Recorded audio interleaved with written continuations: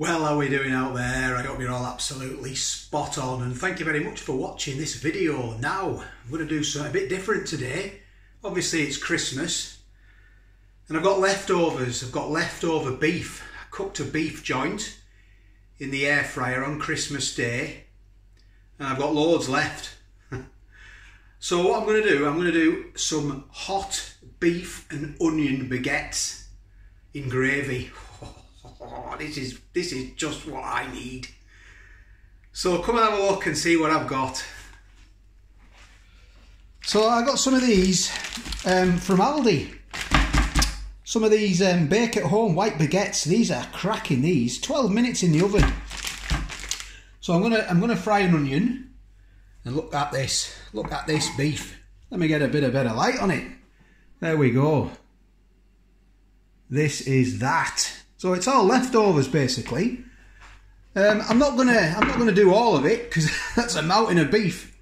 Well, I might do though. So, well, let's do it then. So I did my video yesterday, my bubble and squeak, and I got a few tips. One was off Vortex, and he said put your tea towel underneath your chopping board so it doesn't wobble. So I have done. Thank you very much, Vortex, for that. So what I'm going to do now, I'm going to chop this onion. I always leave the root on and I cut this end off basically, and then I cut through the root, but I leave the root on because the root keeps it all together. Now, I learned that off the television, of course.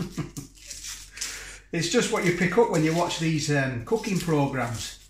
But I won't spare you the, you know, I won't cook the whole onion for you, but I'll just show you what I've learned basically over the past. So what I do, I just put some slips down here, look, like that. I've got the root this end. It's just quite simple. You need a sharp knife as well. That's a good thing. Get a sharp knife. And what I do, I cut down here like this. So I put that on the base, keeping it on the base, and I just make some cuts like that. I mean, you can do 3 or 2, and once it's done like that, what you do is just cut like that, keeping your fingers well away. You don't want to be chopping them, especially with a sharp knife. Anyway, you cut the end of your finger off, and basically that's what you do. And you've got the root. You see how the root keeps it all together. It stops it all falling apart, basically, and then that's it done. It's basically chopped up, just like that. And that's just practice over time, doing that like that. What I've learnt off the television. So I'm going to get this one done now, but I'll spare you that. So I've done the onion. What I forgot to mention, I got some horseradish sauce as well, because that always goes well with beef, doesn't it?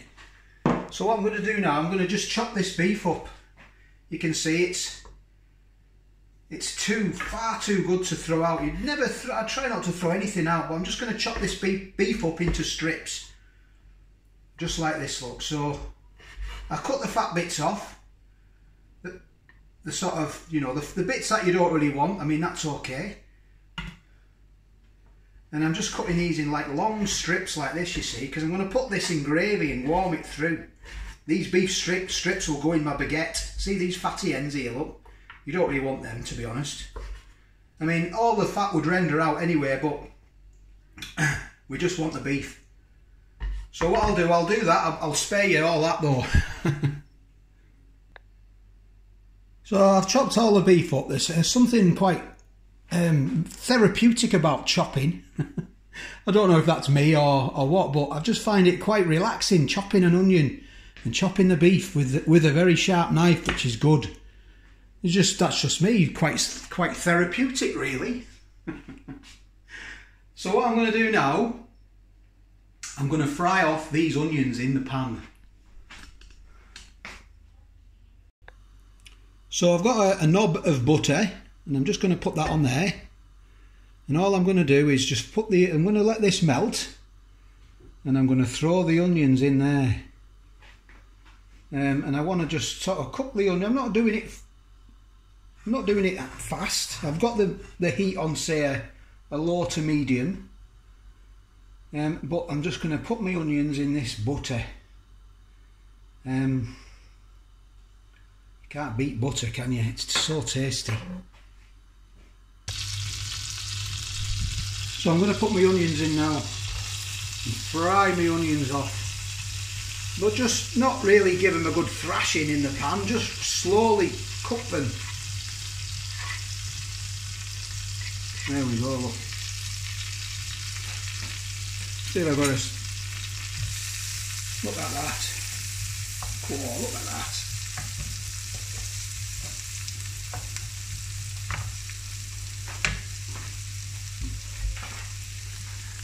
There we go. So I've just got it on a lowish heat. And what I'm going to do now, I'm just going to give it a bit of seasoning. I'm just going to stick some salt on them. There we go. And I'm going to give them a bit of pepper as well. So I like to season as I go along. I learned that on the television. Some really top professional chefs said you want to season as you go along, adding salt and pepper in small amounts to each individual ingredient you add to the dish, because it layers the flavours up, intensifies the flavour. Well, I learnt that on television. Right, so what I'm going to do now is my gravy. So I'm going to use some of this Bisto Best beef gravy. And what I'm going to do, I've just boiled the kettle. I'm just going to add it to the pan, like that, and then I'm going to get the hot water in it. You want to turn it on as well, so you can sort of you know, do this to how you like it. If you like your gravy being, you know, well runny, then put more water in. And if you like it to be thick, put less water in. That's gone thick straight away, but I want it a bit more runny than that. And there's my onions, look. They're just, I've got it on the lowest heat, and they're just frying off nicely. I shouldn't really be using a metal spatula for these because they're non-stick and I don't want to ruin them. So there we go, look, I'm just warming that gravy through. I'm going to warm it through until it bubbles and thickens, and then I'll be adding it to the onions. So I'll bring you back when that's at that stage. So I'm going to add it to the onions now. The mushrooms. Oh, look at that.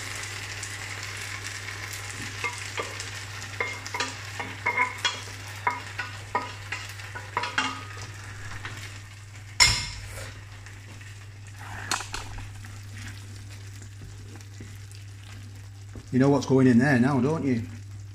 The beef. So let's get the beef in. There we are. I've got a feeling I might have to put it in that big one there. In fact, it's going to have to go in there. There's too much in there. So let's get it in there anyway. There's gravy in there anyway, so... Oh, this is just going to sit in there now, and all that beef is quite tough, but it won't be because it'll all go nice and soft. That gravy will get in all the bits, the crevices and creaks, and it'll all sort of supple up, that beef will. So it's gone thick, so I'm going to have to do some more gravy because it's really gone thick. I'll show you. I think we need more. We need more gravy. So I'm going to put these in the oven now. These are the baguettes, look. So they go in at 180 in the middle of the oven. So this is going to be fun. I've only got one arm. So they go in the middle, like that. I've set that to 180 for 12 minutes, so I'll set the timer. There we go. So that's that doing now. I've got the I've put the lid on on the beef and the onions and the gravy, and I'm just going to let that sort of warm through for 12 minutes while these baguettes are in the oven. So if this is your kind of thing, your video, please give it a thumbs up. And if you've not subscribed, then maybe consider subscribing, because that does help. And please leave a comment as well. I got loads of lovely comments yesterday about the bubble and squeak, and I forgot the fried eggs. Beverly mentioned it. I think Beverly was the first to mention it, and I did, yes, I forgot. Even my good lady as well said, "Where's the fried eggs?" And I blame that beer. That's my excuse.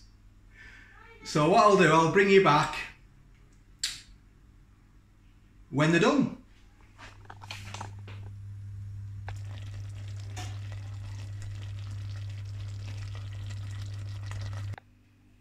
So the baguettes are done. Listen to this.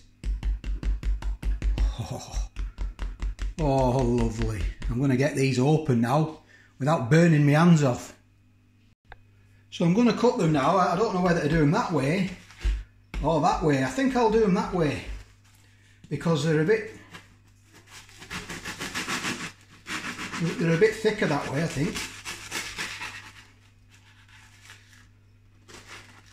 Oh, I don't want to go all the way through though, because you want to catch it in the bottom. Look.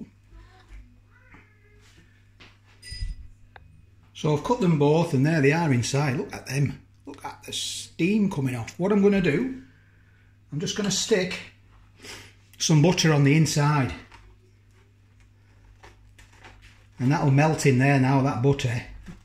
I mean, it's been left out that, but inside of there, it'll coat all the inside of that baguette. Look at that. Oh, ho, ho, ho. There we go, look. And then what I'm going to do, I'm going to put some horseradish in there as well. Not a lot. Not a lot. Just coat that on the inside, look. I don't mind it, to be honest. It goes with beef, doesn't it? I don't like a lot though, just a little bit. There we go, look at that. So the next stage of the procedure is putting the beef on it, isn't it? So I'm going to do that right now, look. Let's get that beef in there.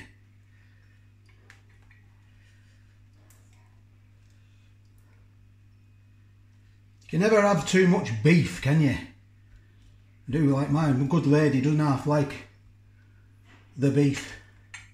She loves it. There we go. Let's get that on there as well. Let's try and tidy it up. So we had turkey as well. I had a lovely turkey sandwich last night. There we go. So what you can do as well is just pour a bit more gravy over the top, look.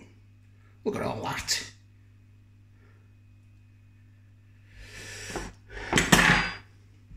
So there we go, this is that. Let me get a bit of light for you. That's the hot beef baguette. Whoa. You can't beat beef the next day, can you? Or the day after the next day.